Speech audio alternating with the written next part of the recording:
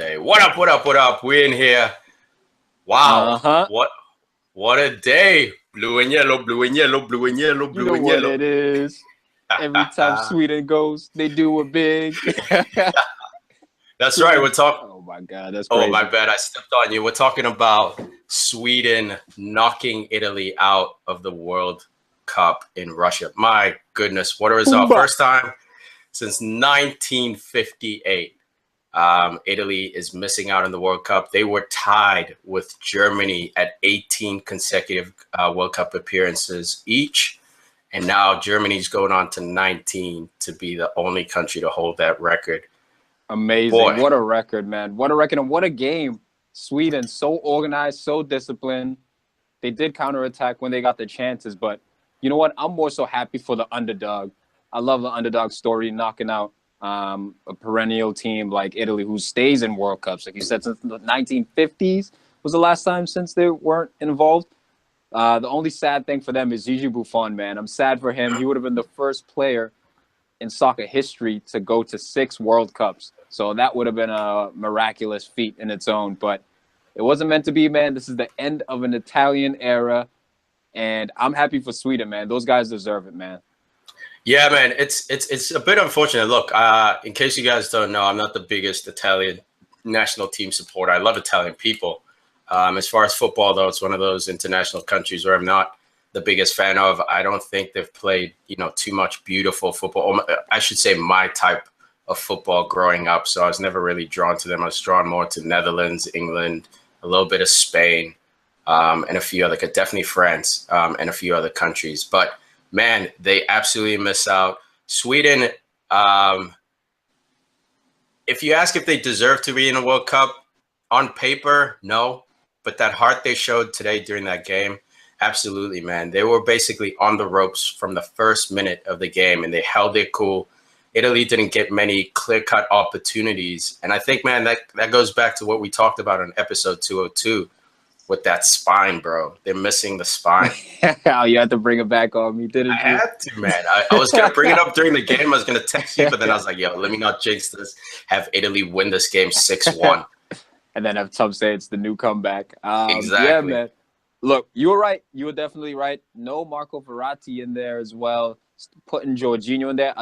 For me, a lot of the times when international teams with like the caliber of Italy, when they don't succeed, to me, it has a lot to do with player selection. And I thought the manager's player selection was absolutely awful. I mean, not including Verratti in this game, not including Lorenzo Insigne at all. He introduced 3 substitutes, Belotti, Benedeschi, and El Shaarawy. And he didn't introduce Insigne, who's been on fire. I don't get it.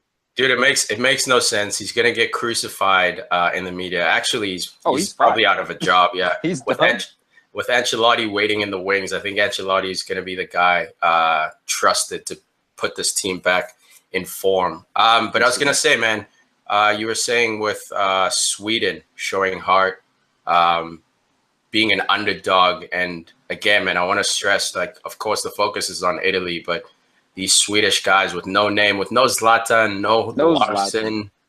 How salty does he feel? He's like, I've been there. I've been nasty, and we didn't go to the World Cup. What the hell?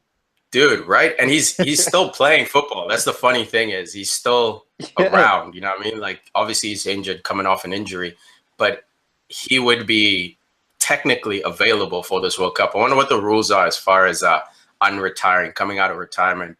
Here's a question, bro. Do you think Sweden should hit up Zlatan to bring him out of retirement? No way, man. Keep it going the same way. There's a reason why you didn't qualify when Zlatan was playing. Oh, shots fired. Look, I love Zlatan. He's the man. But everyone knows when he goes to a team, everything basically has to run through him. He changes the system. The system has to go through Zlatan. And with that, there's pros with that and there's cons with that. One of them being if they mark Zlatan out of the game, everything else breaks down. This is now a team. I love the way Emil Forsberg, yes, I know Berg was the actual target forward, but Emil Forsberg, this game, was able to release a little bit of pressure by, just calmly maintaining possession, or at least trying to maintain possession, being that little outlet, making that outlet run to kind of relieve some pressure at times for the Swedish national team. And for me, I think he's by far their best player. He's the most important player to Sweden. And I'm very happy for him, man. I think this is a guy who I'd want at Arsenal to replace Ozil. I see a little bit of everything from him, and congratulations to him and the entire Sweden, man. Shout out to Gustafsson, UFC fighter. Yeah, he's got no big stage fear, Forsberg, man. I was talking to you during the game, texting back and forth, and I was like, dude, the Swedish midfield is absolutely a bunch of cowards. They don't show for the ball. When Sweden had the ball on offense, defensively, of course, they were there, man. They managed to hold. But you see, but it was the game plan, though, right? Just to sit in, and then that dude got hurt too. Johansson. Yeah, he got hurt as well. They had to bring in someone else. Look, I get it, man. I get that's the tactic. I just mean on offense, just show. Just give me an angle to pass you the ball. You don't have to make the 60-yard run. You don't have to, stand on the last line of the defenders. Just show yourself. That's it. Don't be a coward. We're on the biggest stage. Italy before this had never lost a game at the San Siro.